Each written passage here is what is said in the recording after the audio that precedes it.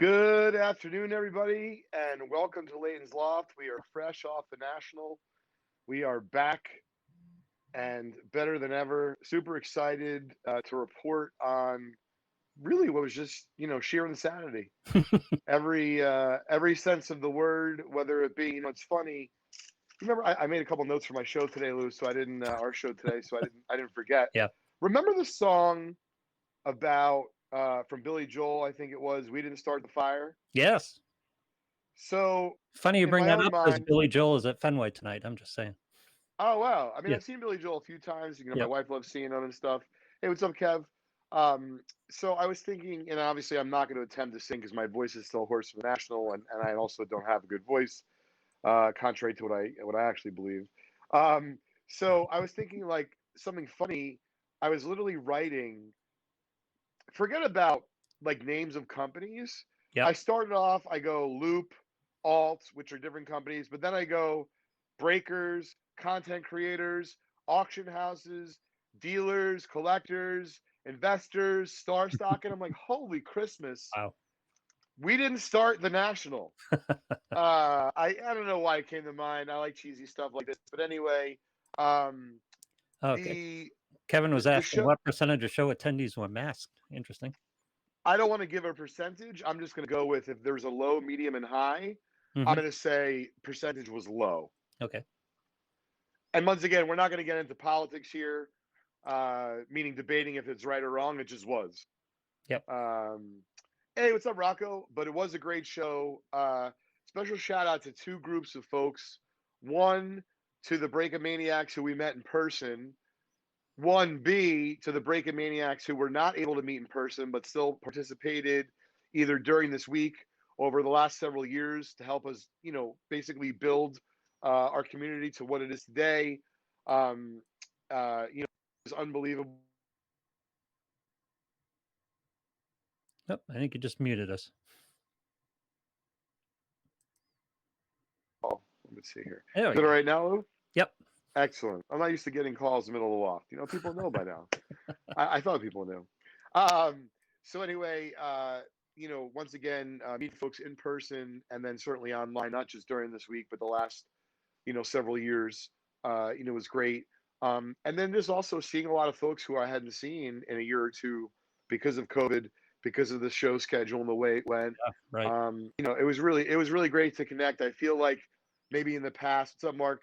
In the past, because I'm always super busy there, I try to stop and smell the roses a little bit more, which is probably why I ran out of time, at the end to not get enough, whether it be buying done or whatever I wanted to do. Yep. But nonetheless, it was a blast, and I thought today would be really fun. Lou, we had a really great run before the national. I think we did on Leighton's Loft of a variety of different guests. Yes, we did. From whether it be a Break-A-Maniac or like Ray Schulte, Hmm. and kind of everyone in between. Hey, what's up, Jim? And so I thought today we'd have a few guests on, but we were going to go in a little bit different direction in the sense of like, hey, what was it like to kind of be behind the scenes with Vintage Breaks? And then also, I learned a few things about Mark in particular, who is was very fun to be around.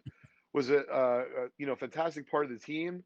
But man, I learned a fact or two about him that we're going to be Uh-oh. talking on the show today about.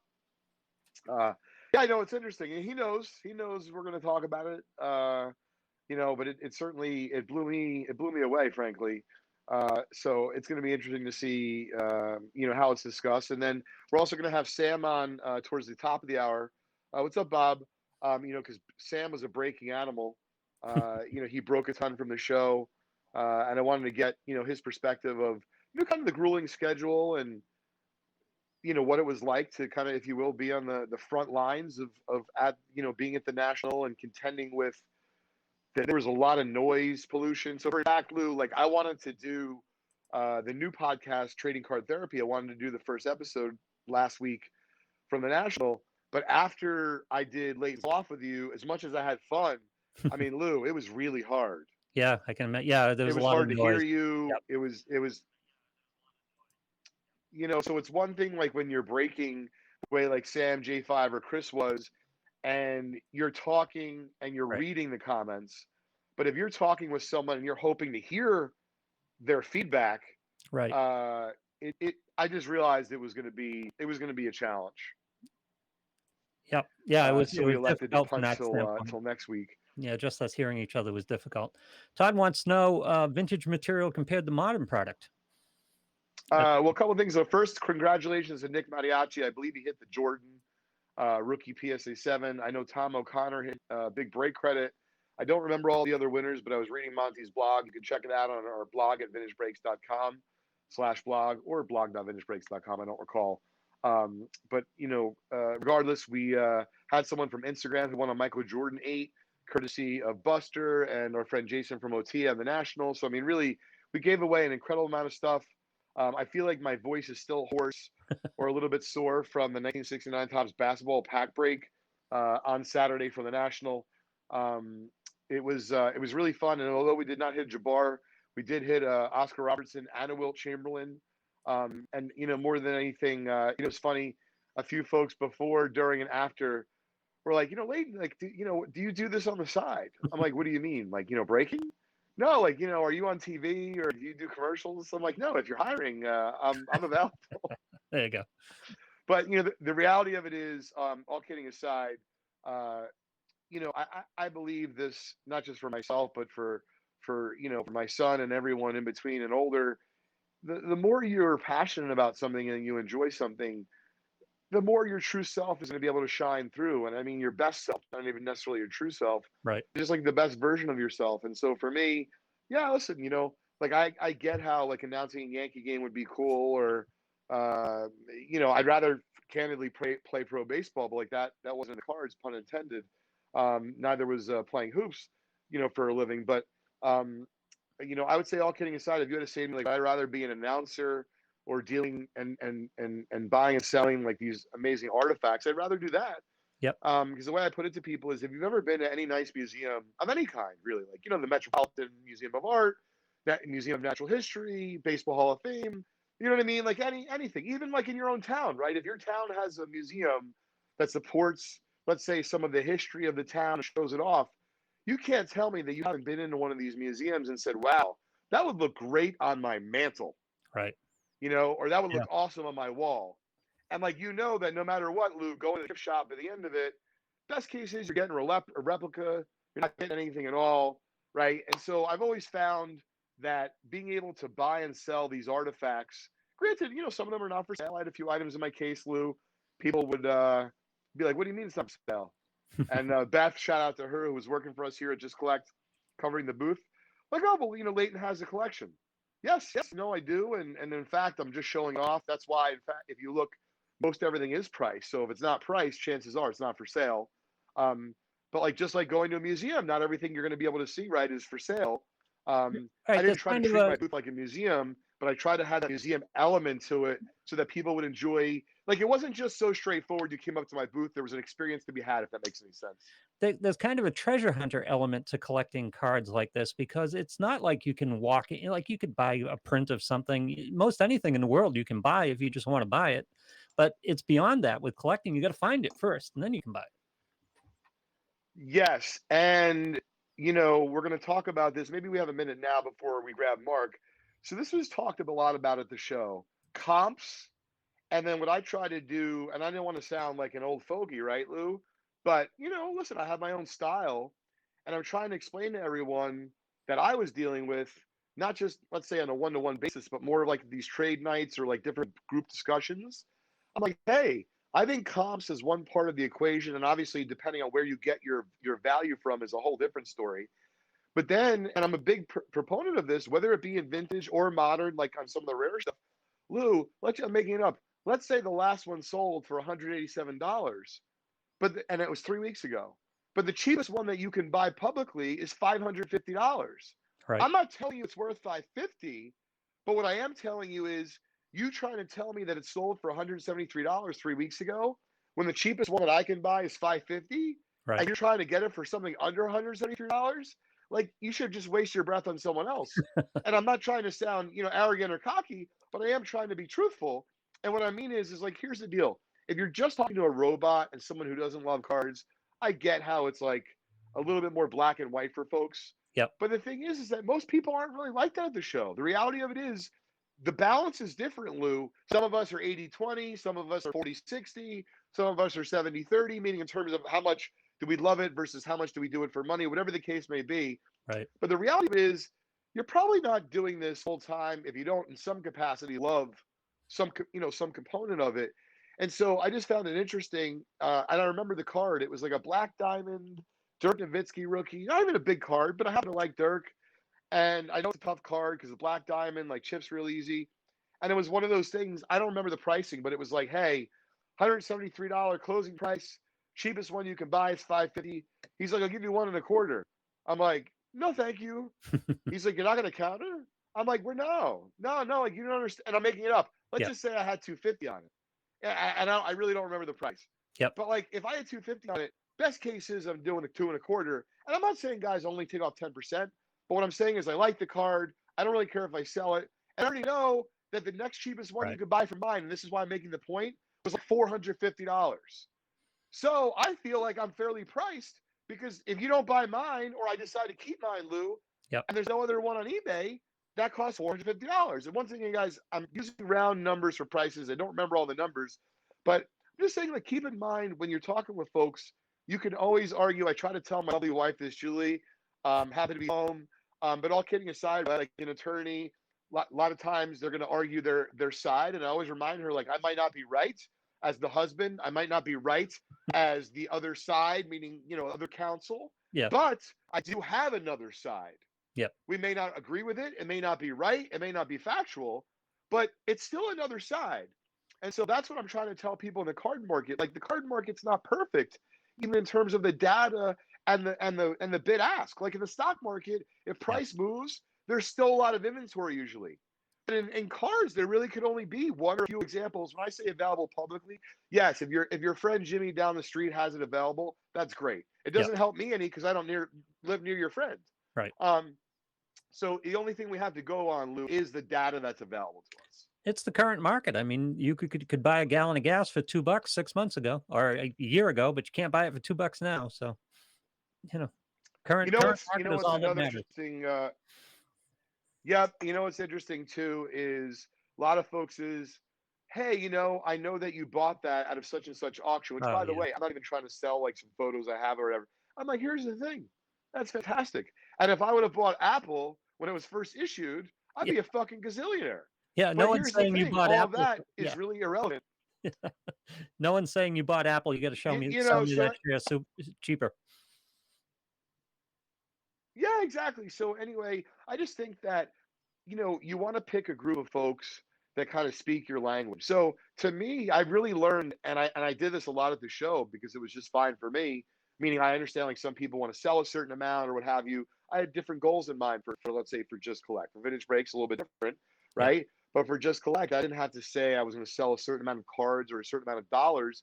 So when people are making you an offer of let's say, a lot of money, but they're like, yeah, that's a lot of money, sure, but I'm asking X amount for it, and you're only offering me X less Y, and you could tell me all these different other data points. But the reality of it is, I'm more than okay to go home with the card and either keep it for investment, keep it for Yeah. my collection, keep it for a combination of both, whatever the case may be. So it's interesting, Lou. I think more than ever, like you want to be ingrained with your community. Um, and the more you are, I think the better results you're going to have, whether it be as a buyer, a trader, a seller. Um, that's Yeah. my 2 cents on it. Right. Plus, you also have the thing in the business of the guys who are buying for passion because they want to collect this particular item, or it fits a collection, or it's a nostalgia piece for them, against the guys who are buying for investment purposes or buying to turn it over and flip it over. So that there's that passion premium too that has to play in here somewhere.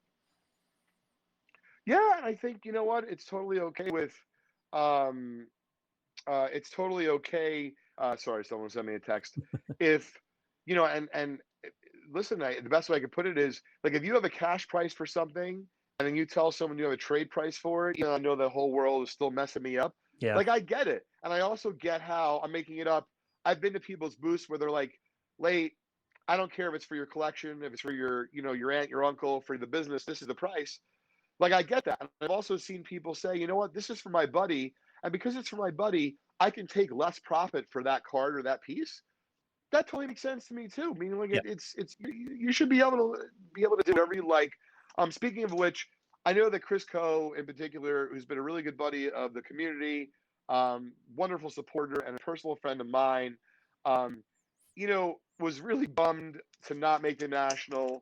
Uh, but he is on vacation or going on vacation today, and I don't know if he's still around. But if he is watching, I try to send him some soccer stuff uh, that we have been talking about, him and I. So like I had a little bit of an idea of what he'd be looking for, and I thought I might buy a piece too. I was just way too busy. Hmm. However, um, even though Chris Coe couldn't make it, I did do this for a few others as well. I showed off over the next few weeks. I was able to buy this 1966 Bergman SGC 9.5 Mid Plus Franz Beckenbauer, who's supposedly an all-time great in soccer. When I say supposedly, I trust Chris Coe's word. I just do not. I don't know soccer, nor Yeah. did I Google him. I have no idea. Um, No. but it is a nice looking card. It's great shape. It's really nice centering, and it's pretty cool to be able to experience the national a little bit. And that's what I realized a lot of folks did through the vintage breaks community, and to a certain extent the just collect community, and even a little bit Leighton's Loft was, meaning our episode, Lou, was, hey, I can't be at the national, but it's fun to hear the vibe for a few minutes or feel the vibe or to see what kind of crazy stuff Leighton has going on or the team has going on. All right. So there was a gap between the time you've been to a national and, of course, this visit to the national. What's changed? What was your first impression of what's changed in the business? That's exactly why I started with the song. We didn't start the fire. We didn't start Yeah. the national. So, Lou, the amount of different types of people or businesses, that is insane to me. How different and how much we've grown. Meaning, like, I'm not saying there wasn't content creators 2 years ago, but now there's different kinds of content creators. There's content creators that, focus on like Sasha, and they just do the deals and they document that journey. Then there's content creators like the girl who's doing Pokemon stuff that Drew knows or what have you. And then there's content creators like Phil Hughes who does break a little bit, but he's really a content creator. And then I met the comeback investor, like in the lobby. I go, "Are you the comeback investor?" And we started chatting, and he's like, "You want to do a selfie?" I'm like, "With me? Why?" Yeah, it's funny. So he's like, "I want to document the journey." So I'm just saying, like, just content creators alone, there was a lot, and then different kinds of businesses, as I was alluding to earlier, alt, star stock. Um, I think I made another call. Yeah, Loop. Like all these different businesses were converging, or to be fair, they were converging. Some of them had started closer to this side of 2021, Lou. Right. Some of them closer to the side of 2019, right, and everything in between. But just a lot of action. Yep. Well, there's a lot of money floating around, so that's going to draw people. It's like a moth to a flame, right? A lot of innovation Absolutely. and a lot Now of different companies. we wanted to see if we can get Mark in here because I don't want to cut him out of his opportunity in the loft. Yep, Mark's in here. Hi, can you hear me? Hey, Mark, how's it going? Good, pretty good. Just kind of tired. Yeah. So, Mark, tell us a little bit about your journey to the national. Meaning, did you fly there and drive home, or did you drive there and fly home? So we drove there and then flew home. The drive was 13 hours, about split into two different trips. It was nuts. Yeah, they stayed at what's up, Stephen? They stayed over at a hotel on the way loop, so they wouldn't lose their mind, just their sanity. If they did the whole thing on the way through, you Yep. lose your mind Yeah. and your sanity. Mhm. At least only half of that was lost. Gotcha. So during the trip there, S10 hasn't driven a truck before, and we were trying to figure out how to turn the lights on before it went dark. That was How big a actually truck one of was the. it, Mark? It was a 15-foot truck. That's not. Yep. What's up? Lou, it was a big boy truck. He had a 15-footer. And I wish we would have got this on tape. I got to be honest, and I can talk about it and joke now, I was not joking then. Sam peels out of our garage, doesn't realize there's like a big drop off. I'm like, there's some serious fucking bouncing. And I look at J5. I go, J5, this is not good. Like the guy hasn't even left the block. Oh, and by the way, Mark, I'm not knocking you. I know you're working on your license. Yeah. That day, and I know they told me before this. This is all in good fun. Yep. But I was very adamant about, Lou. Hey, I wanted to not have the same people drive out to drive back because it's a Yep. lot of work and it's exhausting. Number two, I thought it would be prudent of the team, whoever drives out, leave a little early, stop overnight somewhere, drive 6 hours, 5, 6, 7 hours, whatever, finish up the rest of the next day, still have plenty of time to get ready. So at some point that day, once again, I know they told me before, I just didn't remember or put two and two together. Mark's very casually saying, or Sam goes, "Oh yeah, Mark doesn't have a license," and I go, "Wait, what?" That would have been an I thought they were important piece of I thought they- information. I thought they were fucking with me. Now, once again, I'm not suggesting that there was like any thing nefarious going on, or they tried to keep it for me. It was just there was a lot going on for the National. Yep. I did not realize that Mark was the guy in the truck going out. So meanwhile, tie that back to the story I just told you. Sam peels out of the lot, and like, there's no switching. It's either Sam gets us there or we just don't get there. Yep. Yeah, So, that was fun. Yeah, well, fun for you. Not fun for me. At least where I stood. I needed some Pepto right after that. Totally unrelated Mark, I wanted question. to go over two things on the loft today. A totally unrelated question. Can you insure the contents of the truck going both ways? Can you pull out insurance? I don't You can, but I'm sure there's like an asterisk. Yeah. Like, hey, if you drive like a fucking moron, it might be really much more difficult to get the insurance claim. Oh, sir, did you drive off the bridge? Or did you get pushed off the bridge? Well, no, I just wanted to see what it could do. I gotta be honest with you, I don't think the insurance company pays out on that. Or the Well, driver see, doesn't have guys, a this license. is what's great about... Yeah. Exactly. By the way, guys, this is what's great about the loft. If you want to know why Mark doesn't have a license, you'll have to tune in next week. Ooh. Oh, I'm learning about show business, Lou. You're teasing. Yeah, we're not going to tell everyone today. gotcha. It's a big Yeah. market tease, yeah. What's up, Andy? So anyway, Mark, I want to cover two other things with you. Mhm. You know which one's last, so we don't have to worry about Okay. that. But the next thing is, I want you to share with the team, meaning not just Vintage Breaks, but like, the folks who watch us on Leighton's Loft. Lou, I'm sure, is interested. The Break-A-Maniacs, I'm sure, are interested. Tell us a little bit about your first experience at the National. What do you think went smoothly? What do you think, like, oh my God, that was much harder than I thought? And, just some, like, miscellaneous fact. So my first impressions of when I went to Nationals this year was it was the truck drive first. The truck drive was like a lot of everything, keeping Sam awake and worrying how to keep the truck from like just driving in the dark. We really didn't know where the lights were. We eventually found out. S10 was great with that, Oh my so it was God. great. Oh my God. We ended up working. It worked out really well. We got there It sounds safe. great. Really, really wonderful. Yeah, but when I first stepped into the Nationals and saw like the scope of things and how big the venue was, and seeing all the other people setting up, it was like very like fantastical. It's like going to like Disney World for the first time and seeing everything being set up, like all the rides and stuff. Saw all these people setting up their stuff, and I was like, we have to do this too. And when we started breaking on that Monday, I was like, wow, we're the only people inside the room right now. And everyone else is still getting things together. And we're just like, that was the start of like the National like trek. And each day afterwards, it was just like, working with S10 and all the other breakers, trying to make sure everything goes smoothly. And I think one of the best things that I enjoyed was the communication between the breakers, J5, Gilmore, Sir Charles made an appearance and broke for us. Their communication with each other and trying to get things to working and answering questions of people coming by was really good. I was like, wow, this is the first time I've seen like a team working like this. Yeah, there's still hiccups every once in a while, but it was like really good compared to the other teams I've worked with before.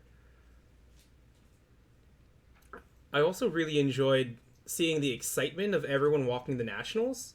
Everyone that walked by was like filled with, oh, what's that inside the case? I want to know more about it. Some of them, I think, actually like jumped into our site and bought some stuff for it. It was really cool. Yes, Mark, we call that marketing and conversion. Yes. All kidding aside, Mark, Sam, J5, Gilmore, and the rest of the team, Lou, you don't have to take my word for it. I physically saw it. They were the hardest working breaking team at the National. Yeah. And what was cool is, like, you know, maybe one day I'm sure other people looked and like, oh, wow, I guess these guys are just, you know, brown nosing, they're up early, whatever. But like by a few days in, and I just talked to someone earlier today, potentially, you know, someone that I do business with, I didn't realize that they're on the wax side as well.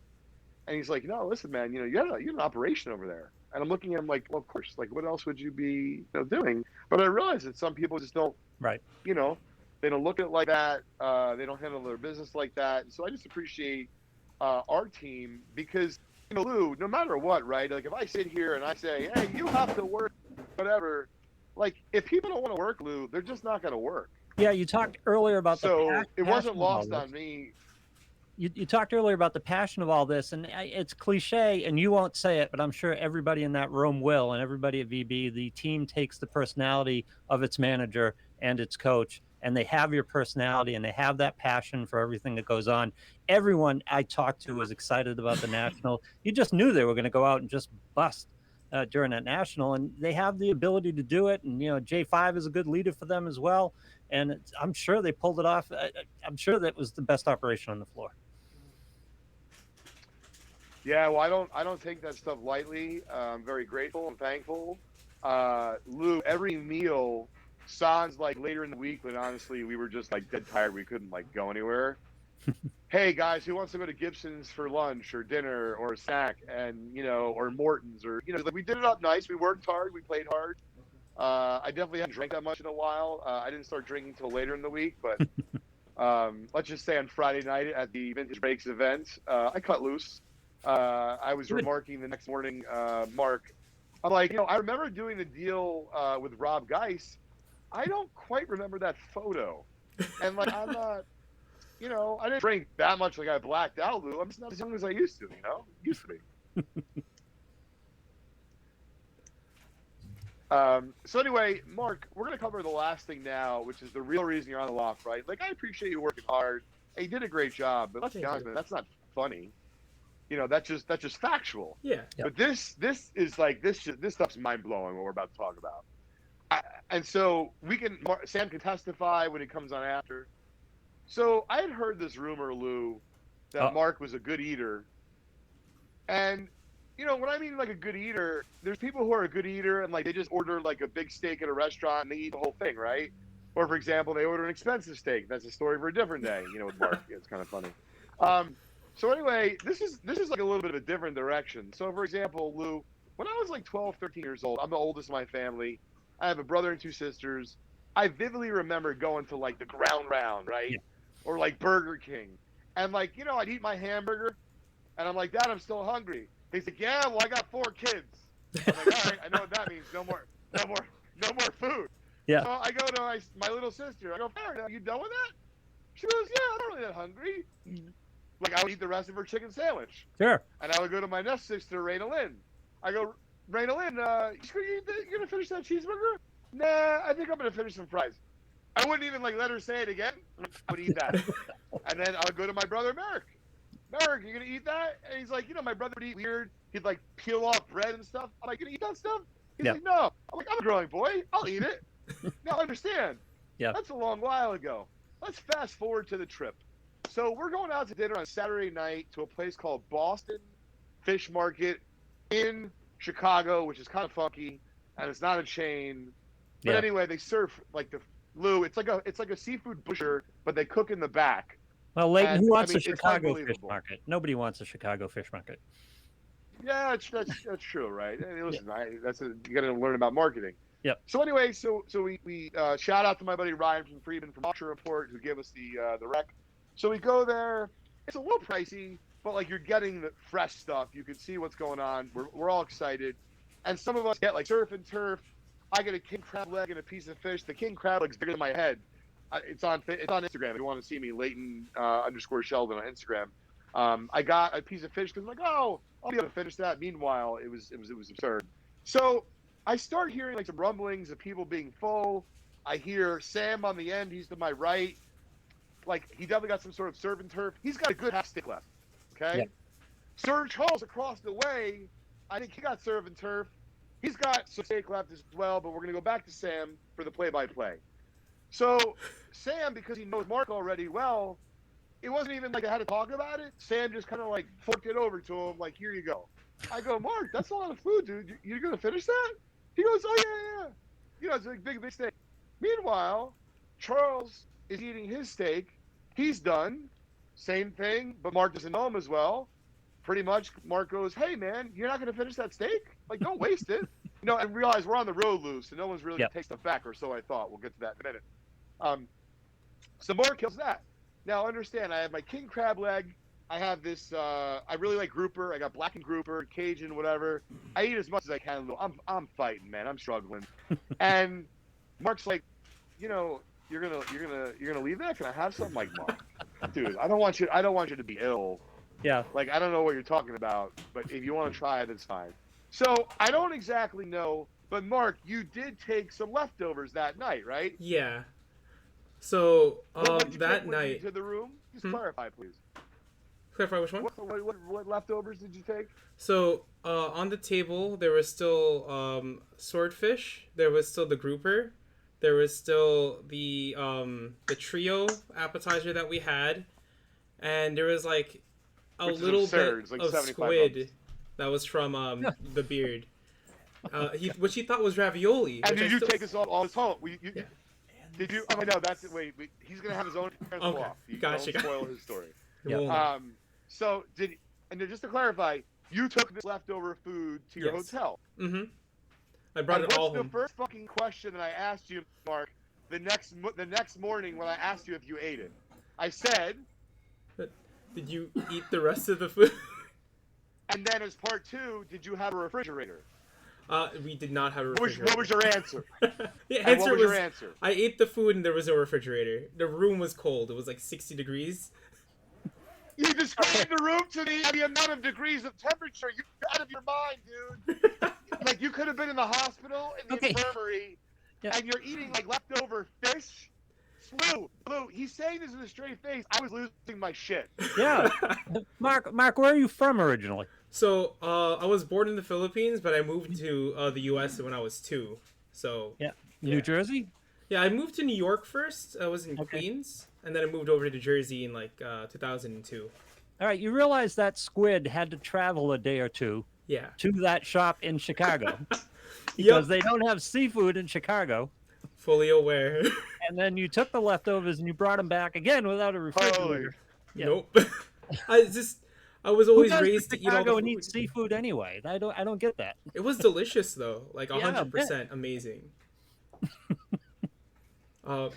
But I was always raised to not leave food, so like whenever there's food left over amongst my friends or anyone that I could ask, I'll be like, "Hey, are you gonna finish that food?" I would just eat it if they asked. Like, yeah, you go ahead, try it. Like, if you're familiar with Vietnamese food, there's pho. They have the giant bowls of noodles. Yep. I ate 3 of them in a row, because one for myself. A third of it was eaten by my mom, so I ate that. And then my grandmother got one, and she didn't touch it at all. So I ate all 3 of them myself in one sitting. You know, even here in New England, Oh I my wouldn't God, take Lou, I wish he seafood was back like to a making this up. Even in New England, I wouldn't take seafood back to a hotel and then eat it. Yeah. And the thing is, I didn't eat it directly that night. I ate it in the morning for breakfast. Oh, God. And, I was still fine. Oh there my was no God. issues afterwards. Oh my God. But you put your team in jeopardy because you could have gone the other way, man. It's true. Like, people, as Lou said, like, that squid was not like born there. It was He doesn't have family there.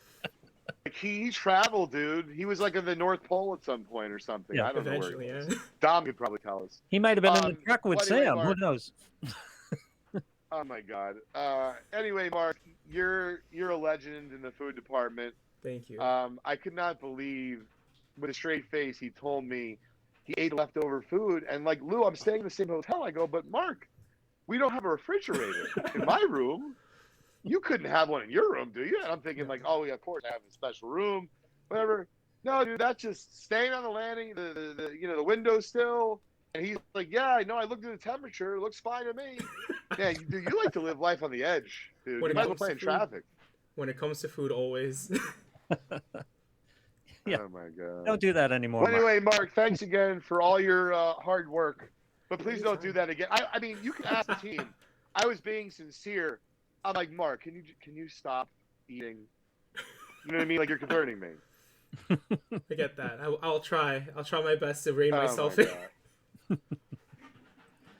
All right, Mark. All right, We good, appreciate it. good. Thanks so Well, much.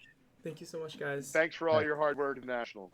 Anytime. Always ready to work for you guys. Always. All right. We'll give S10 a I'm chance. ready to eat. Yeah, I right. am. For today, I'm ready to go out and get food too. Again, I have to ask you, Coach, though, whose idea was it to eat seafood in Chicago? You're in one of the great beef centers Well, of the I just country, want to. but I assume you've been doing it all week anyway. Lou, So yeah. we not only have we been doing it all week, we had already been turned down by Morton's, by Oh, Gibson's, by a Brazilian steakhouse. So, dude, we tried to get steak, we tried to get beef, we tried to get everything not related to the sea, Yeah. and it was just not working out. And to be honest, we were worried about going to the fish place because you weren't able to make a reservation, and we were all growing flustered as a group because we had a pretty large group. We were all hungry, hangry, whatever the term is. And I say to the woman, "Oh, can we make a reservation?" She said, she didn't respond to that. She goes, "We're not very busy right now." Yeah. I said, "Oh, that's great. So could you put my name in? We have a group of 7 or 8." She goes, "Well, we don't do that." So it was like, and then if you look on Instagram, I posted today about my infamous Uber ride where my eyes almost and my heart and my stomach almost like got pushed out the front of my head and my chest because I was in this Uber where it was like a club car. I was in there with Gilmore and John Kenny, and we had no business being in there. In fact, the door almost didn't close the door didn't close several times. Oh my God. And it was only until like one more time where Gilmore gave it like one more like oomph. And the thing is as Chris said, he didn't have any problems because he was like, once he was in the car, man, he's a big fella. He was set. Yep. So there was times where I was like seriously concerned for my health. And it was very uncomfortable. That's all I can say. All right. Let's see. I got to get, let me add Chris here. I mean, S10, Sam. Get him in here. Hi, Sam. How are you? I got to change your name. I'm all. What's going on, Sam? What's going on, guys? How are you? Yeah, don't mistake him for like, the Greek god of eating. He was just on. That's Mark. We're calling Mark the Greek god. I of mean, eating, dude, man. you're eating leftover seafood, man. I don't care if that was 32 degrees. It wasn't fresh. It was far from fresh. It was like 180 degrees. Here's fresh. Here's not fresh. Yeah. This is where you're at. And you dove in like it's a birthday party. Once the Unbelievable. seafood has cooled down, it's done. You just leave it, right? Just walk away. Yeah. Yeah. Yeah. So before we get into it with Sam, S10, as he's affectionately known from Vintage Breaks, Lou, I wanted to announce a slight change, which is going to be a little bit easier for our team at Vintage Breaks behind the glass to keep track of what we're going to do in terms of giveaways for Leighton's Loft, and we'll talk about trading card therapy, which is going to start hopefully next week. So, gang, as you know, for a long time we've given away 7 prizes. But in order to do that, we literally have to devote a member from our team, potentially even 2, because Mark sometimes can have some eating issues and he goes down, and it could be a whole mess. Yeah. So anyway, we have to keep track of all the names. We have to keep track of all the names individually, and it's like people get upset. We missed you, this or that, and so we all talked about the national. What we're going to kind of do is every week on Leighton's Loft, Lou, and this week we're going to keep it simple, Sam. So the clue is going to be baseball. So that we're going to ask a baseball-related trivia question. This is the way we're going to do it, Lou. We're going to have one really fun giveaway every week on Leighton's Loft. Mm-hmm. And the only way to win it is to tune in at the end of the show and really the beginning of the Vintage Break show on YouTube. You can find us if you folks aren't familiar, youtube.com/Vintage Breaks. And the reason why is, Lou, because of our new strategy of streaming, we want to have as many people have a chance to win it as possible and be as easy for our team as possible. Right. So if you think about it, we're already expanding. Welcome Damara to the team. We just hired her. She started, I believe, yesterday. So it's going to be a little bit more efficient for us. And so what we're going to do on Leighton's Loft, Lou, is some weeks we might give you like a really good clue. Today is very broad, right? I'm telling you it's baseball. Mhm. Other times I might tell you it's about Michael Jordan. Yep. In which case, you'll sharpen your skills about Michael Jordan. So today is going to be baseball, and the prize is going to be a spot in our 1953 Bowman color set break. Nice. If you look at our site, it's $150. You have the chance of getting a Mickey mantle, which is graded PSA 5, and a whole other slew of either stars and Hall of Famers from that set. Anyone from Roy Campanella to Billy Martin to everyone in between. Check it out right now at vintagebreaks.com. So we are going to give away a free spot in that. Like I said, through a trivia question that we'll ask right at the beginning of Vintage Breaks YouTube show, and stay tuned to Leighton's Loft for a clue every week for the show. So Sam, let's get to you, my friend. If I'm not mistaken, this was your first official national. Yes, this is my first official national. You've been to a bunch of shows for us. Yeah, yep. I've been to a bunch of shows. Philly, Chicago. I've also Chantilly. I've staffed a bunch of conventions. Prior to this. So Sam, tell the audience in your own words the difference of seeing and experiencing the national versus the other conventions you've been to. Well, the other conventions are more like a sprint. You work hard for 3 days, and then we're back on our way to the office. But the Nationals was more like a marathon. You're there for 7 days, and you have to make sure you're good, like you're ready to go, like every single day. And they're long days. So, it's all about knowing yourself, knowing what you can handle, and, keeping yourself in check so you're consistent all 7 days. It was very intense, but I wouldn't have changed anything that we did. You just seeded my question, Sam, but let's say Leighton goes down one of these shows with seafood poisoning or something like that. Okay. And he's off the reservation. You're running the show. What was the one thing you might do differently in putting that booth up and exhibiting the show?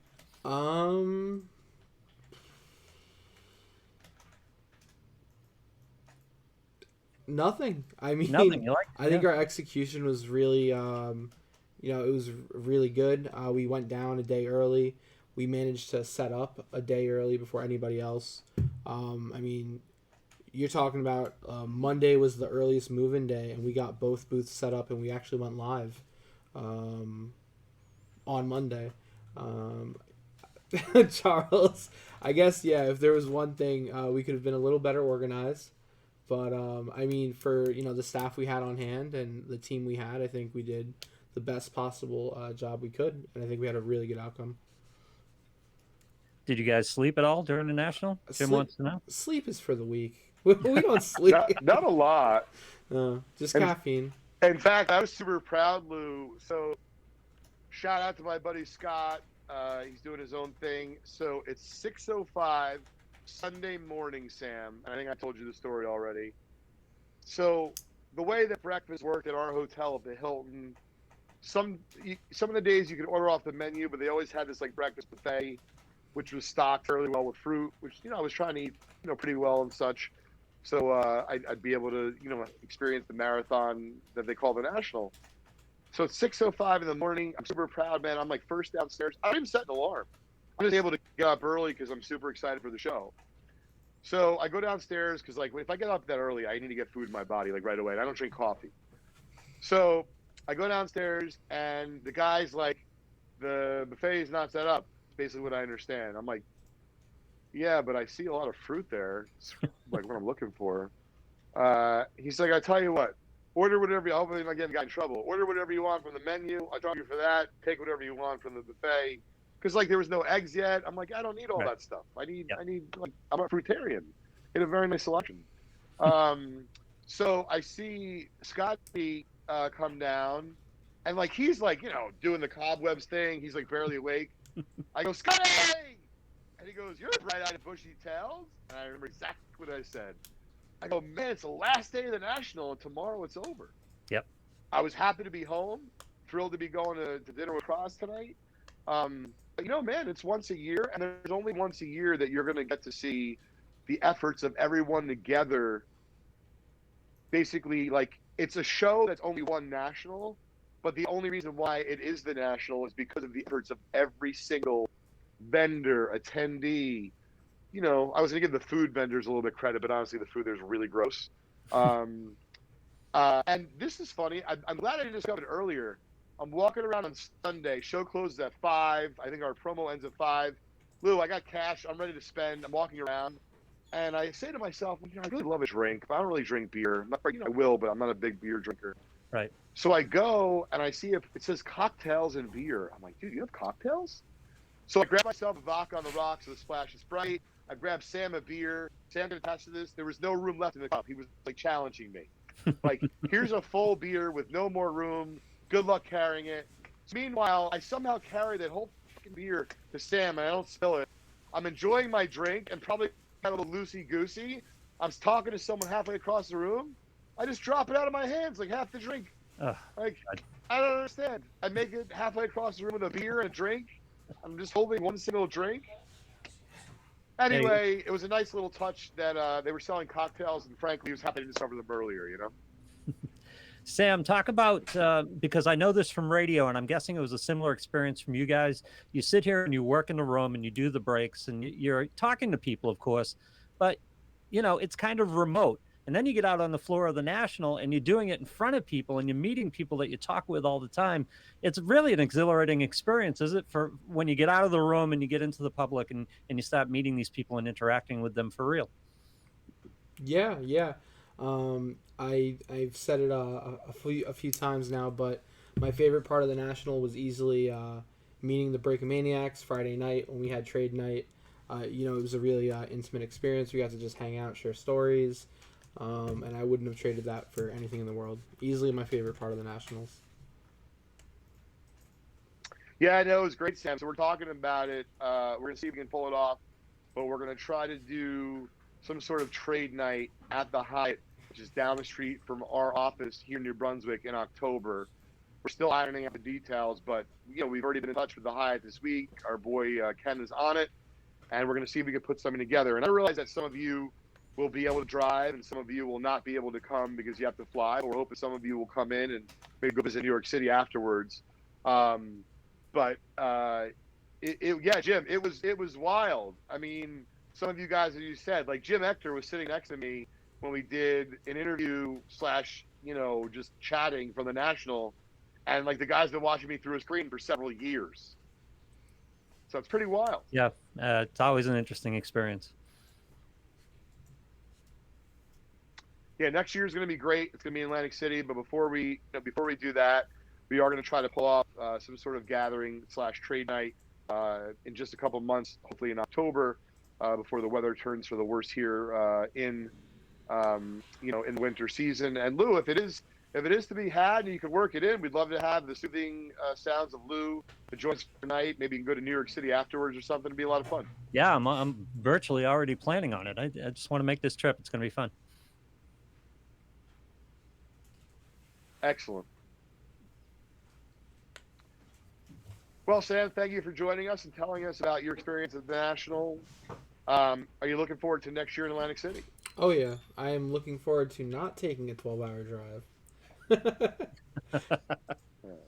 It'll be a lot of fun. You got to at least get a partner with a driver's license, don't you? I mean, next year, that's the one thing you'd change, wouldn't you? Oh, yeah. Yeah, I would change that. I mean, Mark's a great fella, but you got to have someone who can drive with you. Mark did his job. He kept me awake. There were a few times I was nodding off. I was like, Mark, do something. I was like, see, there are some stories you should. This is not what I want to hear on air. Yeah, right, exactly. We're fine. We made it there. We made it exactly. back. Like nodding off. It's like great. Next year, he's gonna have a cattle prod. Obviously, we're gonna have to shock him. Like you can't be falling asleep, man. What are you talking about? Nodding off. I think we'll be okay with all a right, 2-hour that's drive. enough of Sam. Thanks, Sam. All right, Sam. Thanks so much. Later, guys. That's so funny. Mark's telling stories about keeping Sam awake. Sam's saying you're nodding off. It's like, this is stuff you want to hear right now, right?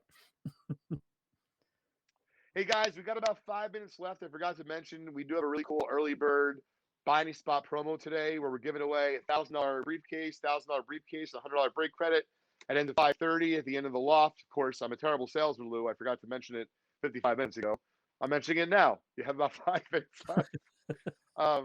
Lou, it was a blast. Tom says hi. Tom and Ellen came over to say hi, take a couple pictures. And I would tell you, once again, I'm not debating the safety of it. That's not what I'm doing. I'm just speaking from my own firsthand. It was really great to see people and to be a human being and Yep. like eat dinner out. And I understand it may be changing sooner rather than later with everything going on. And once again, not saying that's right or wrong, but we took it for what it was, which was, an experience that had been taken away from us the year before. And I'll tell you, sometimes both as a kid and also as an adult, as we're growing up, you need a little bit of like I don't know if it's called a slap in the face, slap in the wrist, but kind of, make sure you're not taking things for granted. And I'll tell you, for me personally, I definitely ran out of time, and I'm, looking forward to improving on what I did for both of our companies, being the leader, but then also as an individual, I want to make sure I enjoy it. And so, for example, Lou, like if you said to me, hey, what's one thing I would do differently for next year? As much as I loved every minute of what I did, I carve out a little bit more time for me. Yep. And what that means is two things. One, I definitely would spend a little bit more time on the floor. When I say buying, it's really, I call it buying and bullshitting. Shopping. Sometimes I'm Yep. buying and bullshitting, and sometimes I'm just bullshitting but not buying. Yep. But I just like it. Like, you can't shop for cards like that anywhere else in the world. Even if you go to another convention, it's just not the same. So I would say that's one. One thing I would definitely You can't change. shop for cards. And then two, and I made a note earlier in the week. Like, I thought I did a good job. I didn't bring any ungraded cards to sell, which is kind of weird for me because I have a lot of them. But I try to narrow things down. Lou, I was overwhelmed by the amount of stuff that was there, and I was overwhelmed by the amount of stuff that I brought. So I'm going to try to shoot a little bit closer to the bullseye next year in terms of my focus, in terms of focusing not just on my companies, meaning Vintage Breaks and Just Collect, and now Card Breaks, which we'll talk about in our future, upcoming weeks. But just my own personal experience, because let's be honest, right? Like, I don't know that. Do I think that next year's will happen? Yes. Is it a guarantee? Anyone who tells you other that's true is a guarantee is lying to you because they don't know. So I just want to make sure that, especially for next year, and this is what I was going to finish with. So it brings me great joy that I will get a beach house again with my family. And you can bet your bottom dollar that I don't know that Crosby will work in the booth for the day because he'll probably not like his daddy anymore. But we're going to try to get Crosby and Julie there for several days. And to me, like that's priceless. So I don't even know what we'll do, but just having them there is going to be amazing. The impression I get, and you can correct me if I'm wrong, and this is the part I find interesting about it, is we built this up for a month, maybe more, for the National, and everyone was excited to go to the National. And usually when that happens, things don't work out. Things are kind of disappointing because you're all overhyped for it. No one's coming back disappointed from the National, from what I'm hearing.